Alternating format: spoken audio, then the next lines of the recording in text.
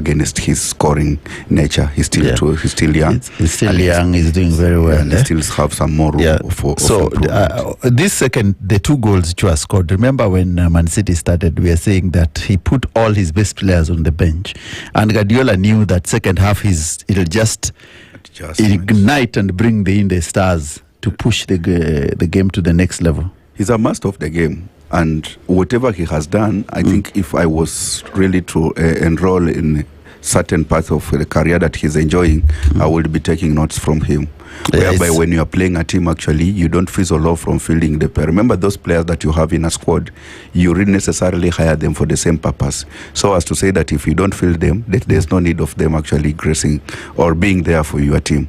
And what Guardiola has done to us is a statement to tell us that he has a team, as opposed to what people think that City does not have that necessarily depth. Because he started with somehow perceived as a feeble squad, very young players, the likes of Nico Oriel, the Nico Gonzalez, Oscar Bob in that particular squad.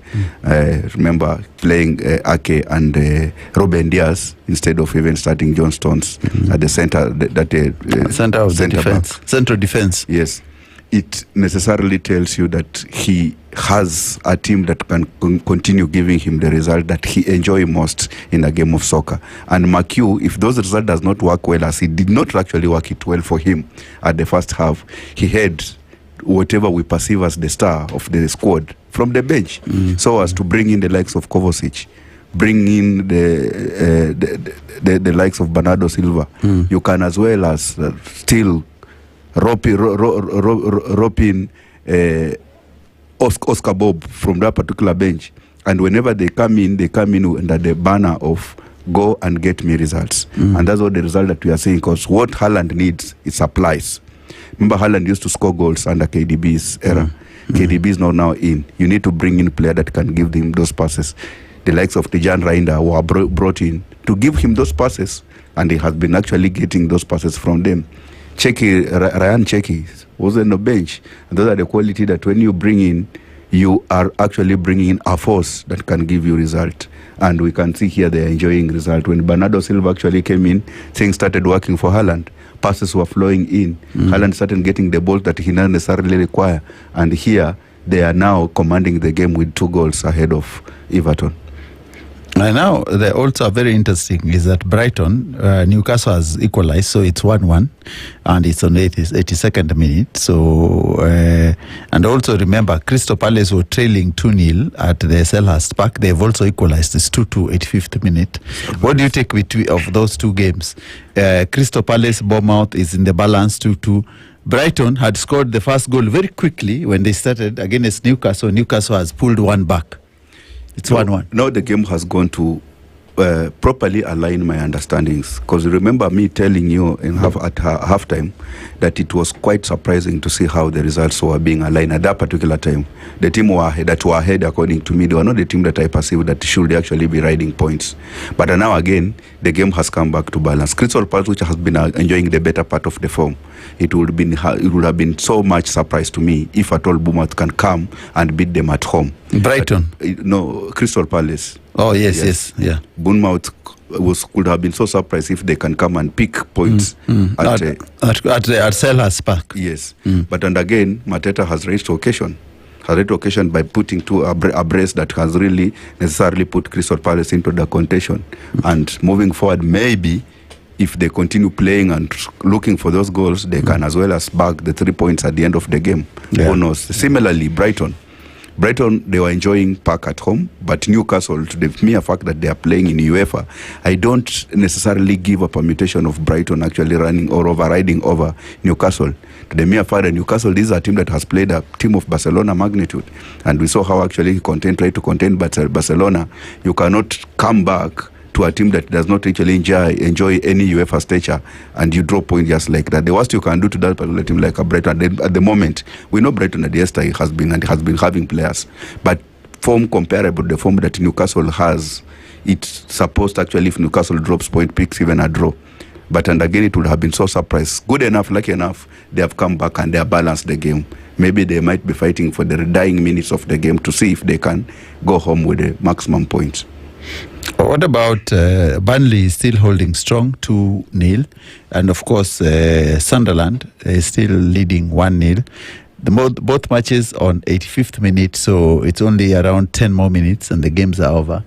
And it's interesting to see. These two teams, Burnley and Sunderland, and I think SEO, we are on the record actually dissecting and the two teams, yes. Yeah, and more so we went deep on Sunderland, given the kind of player that Sunderland has roped in. We talked about the likes of Granit Xhaka, if you remember very well. He's just from an international. I think he's in the verge of qualifying his team to World Cup. And how this Sunderland has been playing against team, it has not been that Sunderland has been struggling. Even if you revisit your words, if I pick from your words, you just said they are playing beautiful soccer. It's only that they have been unfortunate at some point, whereby they have been dropping points, similarly to Burnley at the tail end of the game. So as to say, where they are right now, they are in the rightful spaces. They only just need to manage that win, because if they continue with the formation and the style of which they are presented in the previous matches, this is a team that it has always been dropping game at the tail end of the game, even at the added minutes. So as to say, right now they are riding. We are praying for them that if they can hold on to at least pick a maximum point, given their style of play, which is quite impressive on somebody's eye. Yeah, I think they've done very well, and if you look at the matches, the way they look like, I think now all the teams make sense in the scorelines. If you look, Newcastle 1, Brighton 1, yes. Crystal Palace and Bournemouth 2-2. I think it's in the balance. It's okay. We expected, of course, Sunderland to beat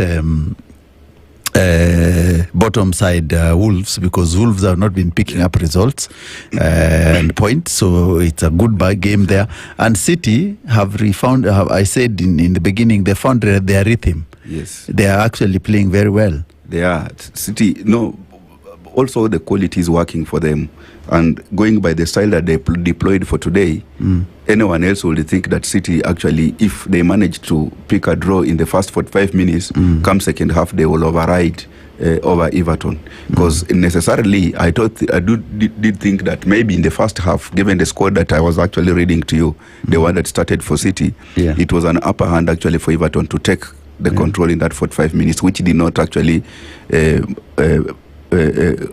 went to their expectation. And I literally think that the failure of Everton to control that 45 minutes, given the kind of players Guardiola had fielded, has come back to hound them in the second half, because it was bound at some point Guardiola will start now unleashing their arsenals. And the arsenals are the powers and the massive qualities that are coming from bench.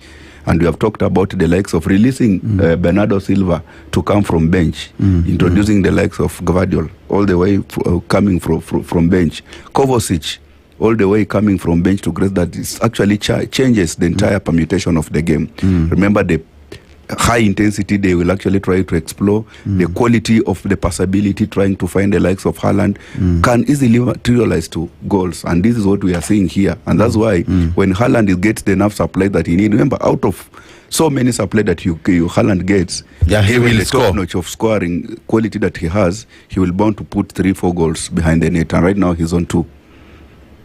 Interesting. When we were talking, Brighton has scored another one. They have gone ahead. Yes. So Newcastle are losing it completely. It's 2-1. Bournemouth has also gone ahead. Ahead of Crystal Palace. It's 3-2. That's an interesting league. Goodness me. But also remember, talking about Bournemouth, I've just come to remember, there's a player that is celebrated in Bournemouth that keeps on scoring. Semenyo. I don't know if he's on the scorecard, because I'm not in access of the results. But if that is the case, Semenyo has been actually on his top form. Now, let me tell you the scorers for... In fact, Semenyo hasn't scored in this game. Yes. It's Krupi who has scored FC Bournemouth. Christie. Krupi, 7th, 38th minute, and Christie, 89th minute. And then Jean-Philippe Mateta scored 2. A brace. So 64-69. Bournemouth has 4 goals. 3. Krupi scored 2 and Christie 1. And the Christie's goal is a pass from Travier. So as to say, Bournemouth has had a different lot of goal scorer. And borrowing from Roger's words, it also works for them. Because if you can have so many dotted players in your team that can give you goals, you don't necessarily have to rely on one goal. And also, you give a challenge of a team that you are going to. They will not know who is to mark. Because anytime they focus on Semenyo, you like the likes of Krupi, as you say. And Christie. And Christie will still come and give you some goals. And I think this Bournemouth still has some qualities. Even Kulvert used to score for them last season. Yeah. And he scored some beautiful goals. Some of the magnificent goals that you would actually needed to see. And also they have brought in some new player, the likes of the former Chelsea goalkeeper, Petrovic. And again, according to me, I would say that it was so unfortunate for Chelsea to release that kind of player. He was so young. And if you compare how he used to play against the current Chelsea number one, to me he was the better goalie compared to the goalkeeper number one for the Spanish goalkeeper. I'm forgetting his name. So Sanchez, yes, because Sanchez sometimes he was so erratic. He would actually make some mistakes that were really quite not understandable, and even he still make those mistakes until to date. You watch him even playing, even at the Club World Cup, he still make those kind of mistakes. I don't necessarily think that it was a good move to allow a young goalkeeper to leave, because if you have a young goalkeeper who is quite promising and he is giving in so much, it's just a matter of talking to him and guiding him well. He will grow to a level that you want within a season or 2 seasons, and you start giving him some point. What is interesting about this Brighton and Newcastle is that Danny Welbeck, the ex-Man United striker, has scored a double, of course, 84th minute. And on Newcastle side, the big guy, the new signing, Nick Voltamade. He scored fantastic. Even at the international break. Yeah, he has been scoring. And I think he was a better buy than most of the strikers bought. And I still think most of the pundits, or maybe the fans, will disagree with me. I've watched Voltamade playing for Newcastle at Newcastle and playing for German national team. And I can tell you for free, the work rate, the energy that player brings in at that D area, the number 9, represents a typical number 9. It's just a matter of time so that he can pump in some muscle that are required for number 9. He get those muscles right, he's going to actually amass the stature of even the likes of Isak that they were using in that particular position. And he's not bound to stay at Newcastle if he continue with the form that he currently can. No, he's fantastic, by the way. Yes. Is very good. So the matches are just on the tail end, and now every match is on the injury time. Brighton and Newcastle United is 2-1. It's the 92nd minute. Burnley versus Leeds United is 2-0 on the 94th minute. Crystal Palace versus Bournemouth is 2-3 on 95th minute. Man City versus Everton is 2-0 on 95th minute, and Sunderland versus Wolves is 94th minute. So what I'm trying to say is that, ladies and gentlemen, the matches are just about to end, and all the teams who are trailing need a miracle. Like now, Newcastle need a miracle to get a point from Brighton, and of course Crystal Palace must be praying for a miracle to get a draw from Bournemouth, because of course you remember that Welbeck second goal that was scored in the 88th minute is what makes the difference of that 3-2. And of course Man City are cruising towards a very easy win for them, of course, in 2-0. Sunderland has added another goal on the 94th minute, so they're 2-0. So it seems that it is what it is, ladies and gentlemen. The Premier League is unpredictable. The team you expect to win sometimes does not win, and it's a roller coaster of emotions. I can see another casualties in terms of technical bench that is actually about to befall. Which one? Wolf. If they are not, if they are that quite serious, it's just a matter of time before they relinquish their coach. Because you look at how actually they are necessarily playing. They have not been grinding points, and this is not the Wolf that we have really associated ourselves with in yesteryears. So I think it's just a matter of time before they say, Libris, kindly, if you can happen to take a breeze on a certain holiday, maybe you can visit Africa of some very beautiful beaches.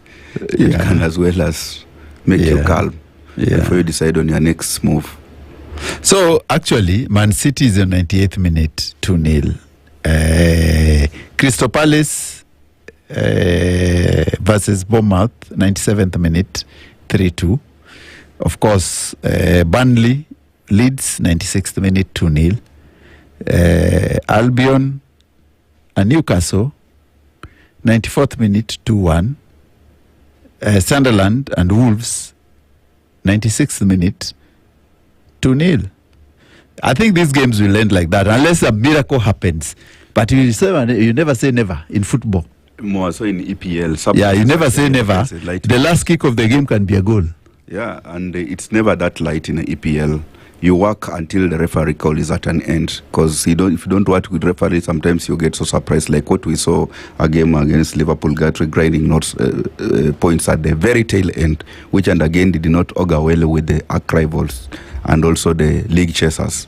At that particular time when Liverpool was actually being given that kind of results, everyone was like, those minutes were actually so relaxed. They were given so much leeway to come back and everything. And EPL, that has been their style of, which is so beautiful to an eye, to an essence, that you walk out before the game ends, the result that you happen to be fed thereafter is quite different and separate from what you would have actually predicted before. Yeah, it's very interesting because these matches are going towards the tail end, and it has been a very interesting match. Interesting match between some of the teams, and we are hoping that the Arsenal match will be as fiery as this. Man City has actually ended. Yeah, City one has ended there. Yes. So City has ended. Of course, it's 2-0. Yes. This Crystal Palace by Bournemouth is in 99th minute. How long was it? The added time. And as we speak, as that game between... It's ended 3-3, as we said. Bournemouth, Crystal Palace has scored at the death. Yeah, Crystal Palace is not a pushover. And the quality that they have been enjoying for the last... So let's see who has scored for Crystal Palace at the end. Because I'm telling you, this is a roller coaster. The way it's a penalty. So Jean-Philippe Mateta gets a hat-trick. A hat-trick. Yeah. Has demonstrated that he's a rightful player. He was actually recalled back in the national team. Yeah. And it's he actually being beamed up on our screen. How actually and he has gotten actually a ball to kill the game, and he ballooned. Wow. That would have been a game changer. Look at it. You see? Goodness me. That would have changed actually the entire permutation. You see? Anyway, he's on form, and he's playing like now the player that is deserved to be in that prime space just before the goal. So if it continues like this, I think he will continue giving Crystal Palace the result that they deserve to be. Remember, they missed out on UEFA Europa slot. Given to some of the rules that really does not necessarily allow owners to co-present their team in the same tournament. But now this time round, they are trying to tell a story that even this time round we can still try to remark our denied. What I don't understand is that if you look at these matches, it's 99th minute, and we say it is too far. Yes. Yeah. Look at it. Look at the log, how it is changing very fast. Leave alone even the match. Look at the log on your extreme right. Manchester City has gone on top of the log. Yeah, Man City. Did you knew that? Yeah, I've seen. So Manchester City, and we know very well what it means when Manchester City actually goes on top. And it ends 3-3. Yes. For Newcastle, for Crystal Palace and Bournemouth. So that's a balance, but Mateta had a chance to win it with the last kick of the game. After that penalty, he scored on the 97th minute. So it means that Crystal Palace actually fought themselves back into the game. They were 2-0 down. True. Then they scored 2-2. They were Bournemouth scored a third one. They scored a third one and almost won it 4-3. Interesting match. Yes. Jean-Philippe Mateta is a classic number 9. This one now scored a hat-trick. It is now becoming a very tough choice for France national team between Didier Deschamps. Between Mateta and Ekitike. Yeah. Whom will he be starting in that prime space of number 9? Which is also a good permutation for a coach having a host of players who are competing for the same number. And of course, Brighton has defeated Newcastle. And that has also ended. Man City has ended. Fulham, Sunderland has ended. So all the matches basically have ended, and of course it has been a very wonderful set of games today, and we've seen the matches have been very interesting. Results very unpredictable, as a Premier League is usually unpredictable, apart from Man City. Guardiola is very happy with Haaland having actually carried Manchester City on the top of the log. It's quite a different story. And we know Guardiola loves being on top. 16 points? The prayer will be that either Arsenal drop some points so that they don't necessarily balloon far from them. And when Liverpool also play, maybe drops certain points, because a draw to Liverpool will not mean that they have hosted Man City from that particular space, given to their advantage that they are carrying with the goal differences. And even Bournemouth would have won today, they would have gone on the top of the log. You see, true. They would have been on 17 points. Yes. So now they have dropped 2 points. And then if you look at also... If Spurs won, they will go to 17 points. Yes, if Spurs win, they'll go to 17. Liverpool will go to 18. Arsenal will go to 19. Yes. Even Chelsea, but Chelsea have already played. Yeah, Chelsea have played. Chelsea have already played. So this league is very tight this season. Let's see how it turns out. It's quite competitive. You know, the beauty of it, and me, what I like about it is that each and every season they are trying to balloon the competitive stage between the top team to a different number. We started by 4, they added 2. Right now they are fighting even to add even 8 more. Because you see, from number 1 to number 8, they are still fighting within this prime space of winning a league. So as to say, the difference between number 1 and number 8 is only 4 points. 16 and 14. Even not 4 points, 2 points. 2 points, yeah. So it's a quite competitive kind of league this time round. And more so, that competitiveness also gives them, those teams that are participating in UEFA, a chance to compete at that level, because the competitiveness makes you working hard day in, day out, which and again grows your permutation of competing at different avenues. Agreed. So it's been a pleasure, of course, this afternoon hosting you for this show. And I was saying that it has been very interesting to see how the games have been played. And we are also mourning the Right Honorable Raila Amolo Odinga, who passed on. And his team is just about to get to the field. We hope that Arsenal will do something proud. They need to win a trophy for the honor of our Baba.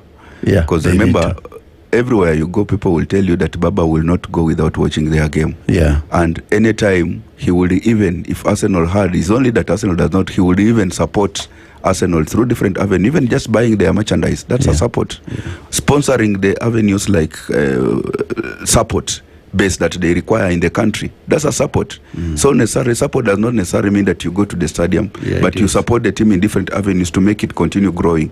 And Baba mentioning Arsenal is also another support. What people doesn't know, the command that Baba used to have here, if he utters something, actually it comes around and it comes to the favor of whatever he has said. So him just saying that I'm an Arsenal fan made very many fans who actually believes in him to change, even if they were supporting Newcastle or whichever team, and rally behind Arsenal. And that's the value that Arsenal has enjoyed through the Baba that we are actually honoring in our country. So as to say, the honorable thing would have been if Arsenal fights hard and go ahead and win a trophy. And in that honor, they pronounce league calm, clear, and say, we won this thing in honor of so-and-so. Okay. I think you've captured it, Sedo, and since it has been real this afternoon, ladies and gentlemen, we had a very good time in the studio, of course, hosting you for the matches. We'll leave you with the Fulham versus Newcastle match as you watch. The elephant is on top of a tree. We don't know whether it's fall down today. If it doesn't, well and good, in honor of Baba. If it falls down, it is what it is. Ladies and gentlemen, Arsenal fans out there, pray for your team to defeat Fulham for Baba and before Baba is laid to rest tomorrow, because Baba was as national supporter number one. It has been real. It has been a wonderful day, and we've been watching and following these matches with Cedric Musumba and Rogers Shtemi as usual on the pitch side. There is